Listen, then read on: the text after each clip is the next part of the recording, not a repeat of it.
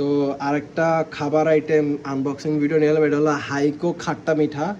সম্ভবত আমাকে দেশি পণ্যই মনে হচ্ছে, ভিতরে ছোটোবেলা খাইতাম বাট ম্যাঙ্গো বার খাইতাম ছোটোবেলা, কোকোনাট বার, ওগুলো অনেক সুন্দর ছিল, আটা না করে নিত বাট অনেক মজা ছিল এগুলো।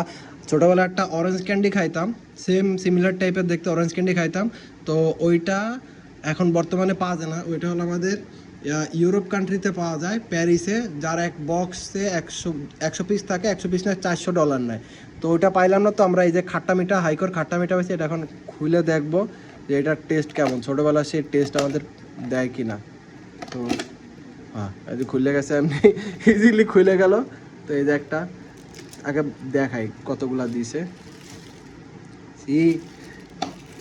এটার প্রাইস নিছে কত টাকা, 100 টাকা প্রাইস নিছে। আর 100 টাকা আমাদের কয় পিস দিছে গুনি আমরা, ঠিক আছে?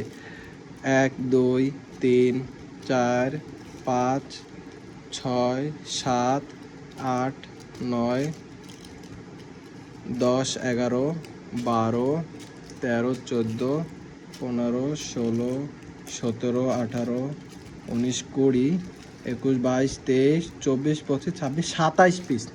মানে যেগুলো আমরা আটানা করে কিনতাম, 27 পিসের দাম কত আছে? 10 টাকা, 15, 16 টাকার দাম আসে। 16 টাকার প্রোডাক্ট আমরা কিনছি কত টাকা দিয়ে? 100 টাকা দিয়ে। এখন দেখা যাক স্বাদে সেম থাকে, আগে খুলে দেখি যে ভিতরে সেম প্রোডাক্ট আছে কিনা। যে এদের লবণ ভরে থুইছে না চকলেট আছে। তো এই যে হলো আমাদের প্রোডাক্ট, ঠিক আছে? এটা মনে আছে লবণ, টেস্ট করে দেখি।